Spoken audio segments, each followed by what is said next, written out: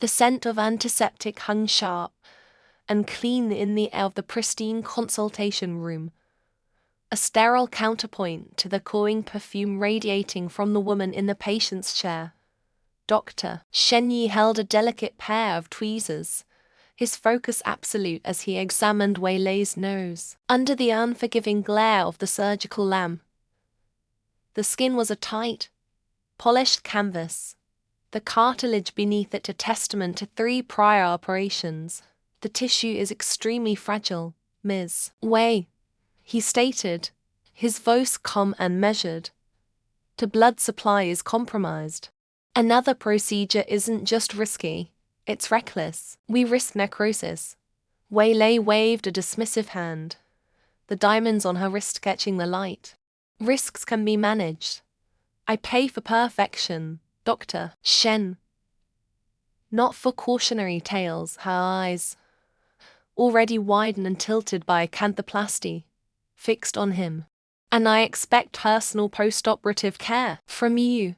He ignored the insinuation, his movements precise as he snipped the final stitch. He maintained a stark professional distance, a quiet, unbreachable wall against the pressure of her gaze. She saw it as a challenge. In the weeks that followed, her appointments became ambitious. She'd appear in the hospital corridors, demanding cosmetic injections, twisting a polite, professional conversation Ed once had into a supposed agreement for his exclusive attention. Once, he found her in the lobby with a sprained ankle, a theatrical twist of face she seemed almost proud of. He tended to the injury with the same dispassionate care he offered all patients, his touch clinical, carefully avoiding any contact that could be misinterpreted as intimate. But Wei Lei was relentless, whitening shots, she declared during her follow-up, leaning across his desk. And I want access to the hospital's new tanning beds. I'll become a shareholder. Name your price for an exclusivity contract. Shen Yi finally set down his pen and met her gaze directly. The practiced warmth he reserved for patients was gone, replaced by a profound weariness. Ms. Wei, my passion is reconstructive surgery. I help people who have lost something, burn victims, accident survivors. I don't cater to vanity. Her perfectly sculpted features tightened. And what am I? Not a person in need. She confessed then, a voice losing its demanding edge and cracking with a raw vulnerability. I'm trying so hard. I've made myself into this. Why don't you see me? Why don't you want me? He softened his tone, but not his words. The kindest thing he could offer her was the truth, however brutal. You are not my type, he said, the sentence landing in the silent room with the finality of a gavel. My work is about restoring identity, not erasing it. I hope one day you find a way to be happy with who you are. Tears welled in her eyes, threatening the meticulous waterproof mascara. The armor of her entitlement dissolved, revealing a deep, trembling insecurity. You don't understand, she whispered, her voice thick with a hurt that felt years old. I live in constant fear. Fear that someone will look too closely, that they'll see the seams. I'm terrified of the day someone decides to take me apart and see what I used to be, leaving her with that fragile, harrowing confession hanging in the air. Shen Yi felt a deep sense of fatigue. He stepped out of the room, needing a moment to reset before his next consultation. The door clicked softly shut behind him as he leaned against the cool wall of the corridor, closing his eyes. It was in that quiet moment that he overheard a hesitant voice from the adjacent room, where his colleague, Dr. Lin, was consulting. I'm sure this time. This is what I want. Curiosity piqued by the tremor of uncertainty in her tone. Shen Yi pushed the door open slightly. Seated in the patient chair was a young woman, her hands clenched so tightly in her lap they were white. She had a gentle, unassuming presence, with delicate features and expressive, slender eyes that held a storm of anxiety. She clutched a creased photograph, holding it out to Dr. Lin. It was a picture of a Western model, her eyes wide and deep-set with a prominent, surgically created crease, a European-style double eyelid. The young woman, Meng-en, said, a voice barely above a whisper. Dr. Lin took the photo, his expression kind.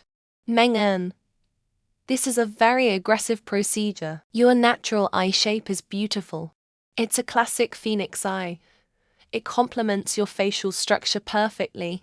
This look, he gestured to the photo. It wouldn't harmonize with your other features. Meng-en's shoulders slumped, but her resolve hardened. A flicker of desperation crossed her face. But my boyfriend likes it, she admitted, the words tumbling out as if they were a shameful secret. He says girls look more awake, more stunning, with big eyes like this. Dr. Lin sighed gently. Is this surgery to make you happy? Or to make him happy? Before she could answer, Shen Yi stepped fully into the room. Both Meng-en and Dr. Lin looked up, startled. He gave his colleague a brief nod before turning his gaze to Meng-en. His eyes, which had been so cold and dismissive with Wei Lei, were now filled with a surprising gentleness. Dr. Lin is right to ask, Shen Yi said, his voice softer than before. He looked at the photo in Dr. Lin's hand, then back at Meng-en's anxious face. There is no surgical procedure that can fix how other people see you. Not permanently. He took a step closer, his presence filling the room not with intimidation, but with a quiet authority. True beauty, the kind that lasts, isn't about altering your features to fit someone else's ideal. It's about having the courage to accept your own. Meng-en stared at him, speechless. His words were a direct challenge not just to her request, but to the very foundation of her insecurity. Her gaze flickered from the foreign face in the photograph to this handsome stranger. A doctor who saw her truly saw her in a way she had never seen herself. A maelstrom of confusion and a nascent spark of hope churned within her. For the first time, she felt the profound, terrifying chasm between who she was and who she was trying to become for someone else. The air in Shen Yi's office still hummed with the phantom energy of celebration. Empty champagne flutes and discarded wrappers from wedding candies littered the conference table, monuments to a joy that now felt fraudulent. Colleagues had spent the afternoon congratulating them, their smiles wide and genuine as Meng-en handed out the small, elegant boxes of sweets. She had felt a warmth spread through her chest then, a sense of belonging. Now, a bone-deep chill was setting in. It had started when Wei Lei appeared, a spectre at the feast. She had pulled Shen Yi into a glass-walled meeting room, her expression a mask of venomous fury. Meng-en, tidying the last of the candy boxes, was close enough to see the tense line of Shen Yi's shoulders, but too far to hear clearly over the office chatter. Yet, fragments of Wei Lei's tirade sliced through the nose, sharp and cold as shards of glass. Let him bear the blame all these years, your disgusting secret. Zhengju Menghui, that scar the names struck Meng-en like a physical blow. Zhengju, the bully from her childhood. Menghui, her own name before she was adopted. And the scar, the thin, silver line beside her eye that had defined so much of her life. A wave of nausea washed over her. She saw Shen Yi's head shake, his hands gesturing in a desperate, placating motion. He was trying to silence Wei Lei, to push her out. But the damage was done. The seeds of a terrible doubt had been sown in the fertile ground of her long-held insecurities. When Shen Yi finally emerged, his face was pale, his composure strained. He walked toward her, forcing a smile that didn't reach his haunted eyes. Just some business nonsense. Don't mind her. The lie was so blatant it was insulting. Meng-en felt a bitter taste rise in her throat, eclipsing the sweetness of the chocolate she'd sampled moments before. She looked at the box of candy in her hands, then up at him, her voice carefully neutral. Can I have one? He seemed startled by the simple request. He fumbled with the ribbon on a box, his fingers unsteady as he extracted a full-wrap truffle and placed it in her palm. His touch was cold. He wouldn't meet her gaze. In that moment, Meng-en knew She knew something was fundamentally, irrevocably broken. The drive home was a cocoon of suffocating silence. The city lights smeared against the rain-streaked windows, a blur of color that matched the chaos in her mind. She watched Shen Yi's profile, the strong jaw and focused eyes she loved, and tried to reconcile the image with the man who had just lied to her face. Every shared smile, every tender touch, every whispered promise was now suspect, tainted by a question she was terrified to ask. The pretense shattered the second the apartment door clicked shut behind them. The cavernous, minimalist space that usually felt like a sanctuary now felt like a cage. Wei Lei mentioned Zheng Ju. Mengan said, her voice quiet but ringing with a finality that made Shen Yi freeze. She didn't turn to face him, instead staring at their reflection in the dark. 4 two-ceiling windows, 2 strangers, standing apart. She began to piece it together aloud, her words methodical, like a detective laying out the evidence of a crime. She talked about my scar, and she said the name Meng Hui. Shen Yi's silence was his confession. All this time, she continued, turning to finally look at him, her eyes burning with a hurt so profound it felt like a physical ache. It was never about me, was it? The timeline of their relationship unspoored in her mind, no longer a romance, but a twisted narrative of deceit. 10 years ago, you pursued me so relentlessly. You made me believe I was the most important person in the world. And then, just as I started to believe it, you vanish. You broke up with me without a word. She took a step closer, her voice cracking. Then you came back. You begged for my forgiveness. Said you'd made a terrible mistake. I thought it was love, but you were just correcting an error. Weren't you? You found out the truth. Shen Yi finally spoke, his voice hoarse with guilt. And I can explain. Explain what? She demanded, her control fraying. That the only reason you ever looked at me was because of this scar. You thought I was the girl Zhengju hurt all those years ago. You thought you owed me. Your grand, passionate love story was just atonement. I was trying to protect you. He insisted, his own anguish spilling over. The truth, it was ugly. I was there. I let it happen. I was a coward. I kept silent because I didn't want you to carry that pain. To know how I failed you. His confession was a confirmation of her worst fears. The entire foundation of their lives together was a lie. He hadn't fallen in love with Mengan. He had been trying to pay a debt to a ghost, a memory of a scarred girl he had wronged. Her love had been pure and freely given. His was an obligation, a weight of guilt he had carried for a decade. So my pain was too much for you to bear, but your lie wasn't too much for me to live? She asked, a bitter laugh escaping her lips.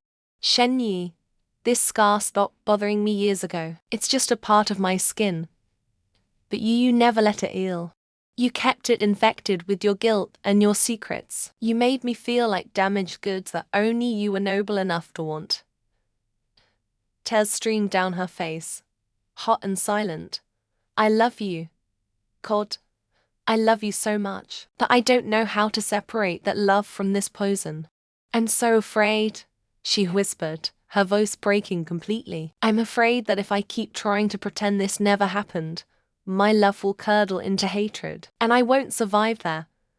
Emotionally gutted, she could no longer stand to be in the same room with him. The weight of his decade-long deception was crushing her. Without another word, she turned and walked toward the bedroom, her steps heavy.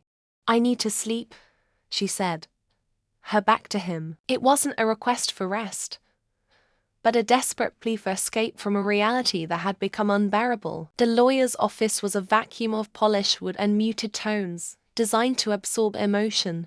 Mr. Zhong adjusted his glasses, his gaze professionally sympathetic as it shifted between them. As I was saying, he began, his voice a low hum. The proceedings are straightforward. However, there is a complication. He slid a folder across the table. According to medical records submitted by Dr. Suai, One spouse has been diagnosed with a severe stress disorder. Legally, this makes any immediate dissolution. His voice faded as Meng'an watched Shen Yi. His hand, which had been resting on the table, suddenly clenched into a fist, the knuckles white. A flicker of confusion clouded his eyes, a subtle disorientation, as she had learned to dread. He turned to her, his expression a mask of bewildered concern, the guarded yet arrogant look of the man she had met a decade ago. "Anan," he whispered, his voice laced with an unfamiliar formality. "What is he talking about?" "Divorce. We've only been married for a month." The air left Meng'an's lungs. It was happening again. But this was worse, a regression deeper than any she had witnessed. The sterile office, the divorce papers, the years of their shared life, all had been erased from his mind, leaving only the fragile, contentious beginning. Her heart fractured, a sharp, physical pain that radiated through her chest. But in the chasm of that pain, a fierce, protective resolve ignited. This wasn't about leaving anymore. This was about saving him. She met the lawyer's startled gaze, her own voice steady and clear. "The diagnosis is mine," she said, the lie tasting like ash but delivered with unshakable conviction. "I'm the one with the stress disorder." Shen Yi's confusion softened into concern for her. He reached for her hand, his touch tentative, just as it had been in those first few weeks. "Anan, you never told me." The lie had bought them a moment. Later, in a private consultation room with Dr. Suai patched in on a video call, the full weight of the situation settled. "It's a dissociative fugue state, triggered by extreme stress in this case. The divorce proceedings," Dr. Suai explained, his face grim on the laptop screen. "His mind has retreated to a time before the primary source of his trauma was resolved. His guilt over your past. He's living 10 years ago, when he was still struggling with how to approach you." Mr. Jung Sai, rubbing his temples. "Confronting him with the truth could be catastrophic. It might trigger a complete breakdown." "He's right," Dr. Suai affirmed. "You cannot force him back to the present, Meng'an. The only way to guide him out is to enter his reality, an opportunity, a terrifying, painful, all-consuming opportunity. Not just to guide him back, but to rebuild what they had broken, to do it right this time. She could heal him, and in doing so, she could finally heal herself." The idea took root, a sliver of light in the suffocating darkness. "I understand," she said, her voice devoid of its earlier tremor. A decision had been made. The next morning, Meng'an walked into the executive suite of Shen Yi's company, not as his beleaguered wife, but as its acting president. Her grief was a tightly coiled spring inside her, fueling a new, formidable energy. She summoned Vice President Su, a man who had watched her with pity for years. Today, he saw someone else entirely. "Effective immediately," she began, her tone crisp and authoritative. "The official company year is 2020. I want every digital and physical document altered. Calendars, system clocks, project timelines, financial reports, everything must reflect a reality that is 10 years in the past." VP Su stared at her, his mouth slightly agape. "President Meng, I don't understand. This is impossible. It would require a complete overhaul of our systems." "Then begin the overhaul," she commanded, her gaze unwavering. "President Shen's mind is currently living in 2020. For the sake of his recovery, this company will live there with him. His reality is now a project timeline. Is that clear?" He saw the steel in her eyes and simply nodded, the sheer audacity of the plan leaving no room for argument. Her next actions were swift and decisive. She called an emergency project meeting. "We are reactivating the Light Scar Essence project," she announced to a stern room of department heads. The project, designed to create a product that healed scars like her own, had been Shen Yi's obsession a decade ago. born from his guilt. It was the genesis of their story.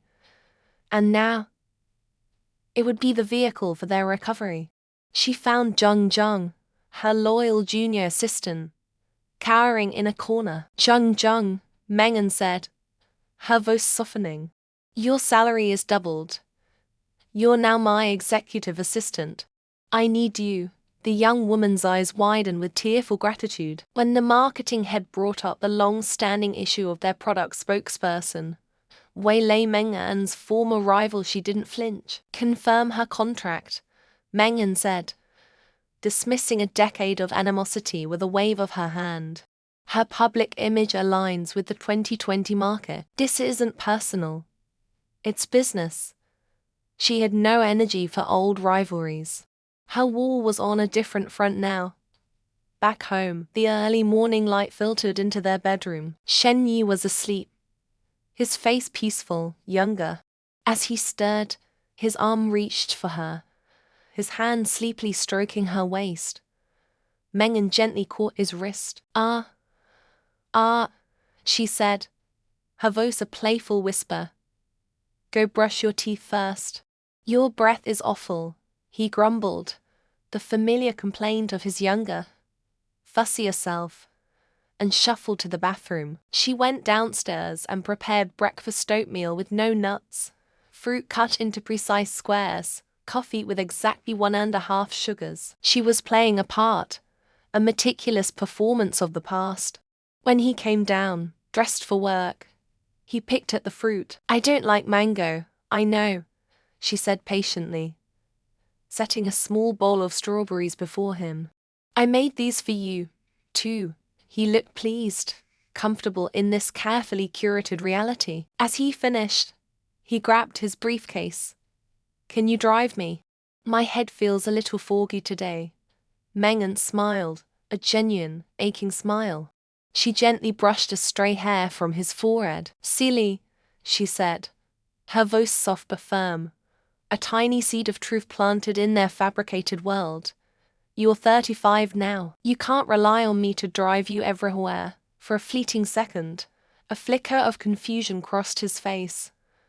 A crack in the facade, then it was gone. He just nodded, accepting her words as a gentle chiding. As he left, Mengen sent a text to Jung, Level 1 combat readiness. Align all Q3 reports on my desk to 2020 standards by noon, and change the date on the lobby's digital display. She leaned against a kitchen counter, the silence of the house pressing in on her. She was a CEO, a strategist, an actress, and a caregiver, all at once. The exhaustion was a physical weight, pulling at her shoulders. But as she looked at the calendar on the wall, still marked with today's date, she felt a surge of adrenaline. She would drag him, step by agonizing step, across a decade of memories and back to her. She would bring him home. The city below was a galaxy of fractured starlight, viewed from the apex of the Ferris wheel. Each slow, suspended turn brought them closer to the heavens and then gently back to earth. Shen Yi's hand was a warm, firm presence over hers, his gaze fixed on her with an intensity that made the cool night air feel electric. He was still caught between two worlds, the lucid present and a past reconfigured by stress and regret, but in his eyes, Mengen saw only a desperate, unwavering love. He had led her here, to this neon-drenched amusement park, with the secretive excitement of a first date. He'd won her a clumsy, oversized stuffed bear and insisted they share a cloud of pink cotton candy. Actions that mirrored their early, awkward courtship. Mengen played along, her heart a tangled knot of sorrow and hope. She wasn't humoring a patient. She was gently guiding the man she loved back to a truth they could both live with. As their cabin reached the very top for the third time, pausing in a breathtaking stillness, he turned to her fully. The carnival lights danced across his face, momentarily hiding the exhaustion in his features. Anan, he began, his voice low and earnest. I've been thinking about the wedding, our real wedding. Mengen held her breath, her grip tightening on his hand. She knew Dr. Suai's advice by heart, Don't confront the delusion, guide him through it. He pulled a small, leather-bound notebook from his jacket, the kind he used for jotting down market strategies and corporate directives. Now, it was filled with sketches of flower arrangements and handwritten notes on venues. He opened it to a page bookmarked with a pressed flower. I know the last one was rushed, he said, his gaze dropping to the page this time. It will be perfect. I've arranged everything. He pointed a finger at the date circled in red ink. We'll set the date for October 17th. Meng An's heart stuttered. It wasn't a random date. 10 years ago, he finished, his voice barely a whisper. The words hung in the air between them, more profound than any apology he had ever uttered. In his fractured reality, his subconscious was screaming its regret. He wasn't trying to erase their painful history. He was trying to rewrite it, to go back to the beginning and do it right, to love her without the weight of guilt and deception. A single tear escaped her eye, tracing a path down her cheek. He saw it and his face fell, mistaking her emotion for sadness. Is that too long ago? She shook her head, a watery smile blooming on her face. No, she whispered, her voice thick with emotion. It's perfect. She reached out, her fingers tracing a circled date. He's not trying to erase me, she thought, a wave of profound understanding washing over her. He's trying to find me sooner. Meng An, he said, his voice regaining its strength, his eyes locking onto hers. He slipped from his seat, kneeling awkwardly in the small, swaying cabin. I know I have asked you this before, under circumstances that were incomplete, but I am asking you now, with everything I am. I want to build a life with you, not on a foundation of debt or obligation, but on a promise to love you honestly, to cherish you openly, and to spend every day making up for the time we lost. He presented no ring that was already on her finger, only his open, vulnerable heart. Will you marry me? Again, and let us start over. Tears were flowing freely now, but they were tears of release, of pure, unburdened joy. Yes, she choked out, nodding. Yes, Shen Yi, let's start over. He rose and pulled her into an embrace as the Ferris wheel began its descent. Pressed against his chest, listening to the steady, reassuring beat of his heart, Meng An knew this was their true beginning. The past was no longer a ghost haunting their marriage. It was simply the long, winding road that had led them here, to this small cabin suspended between the stars and the city lights, ready to build a future on a foundation of truth. The honeymoon felt like waking from a long, troubled dream. The resort was a paradise of white sand and turquoise water, a world away from the pressures of the city. The air smelled of salt and jasmine, a cleansing scent that seemed to sweep away the last shadows of their past. They weren't alone. Suan had come, along with a few of their closest friends, turning the trip into a celebration of shared healing. Their presence was a comforting buffer, a reminder that their love story was supported by a community that had weathered the storm with them. One evening, they all gathered around a bonfire on the beach, the flames casting a warm, flickering glow on their faces. Someone suggested a game of truth or dare, and the mood was light, filled with laughter and easy camaraderie. The questions were harmless at first, teasing inquiries about embarrassing moments and secret crushes.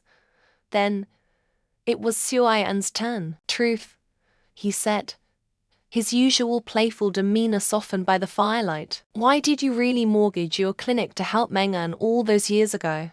One of the friends asked, a question more curious than accusatory. A hush fell over the group. Shen Yi's hand instinctively found Meng An's under a shared blanket.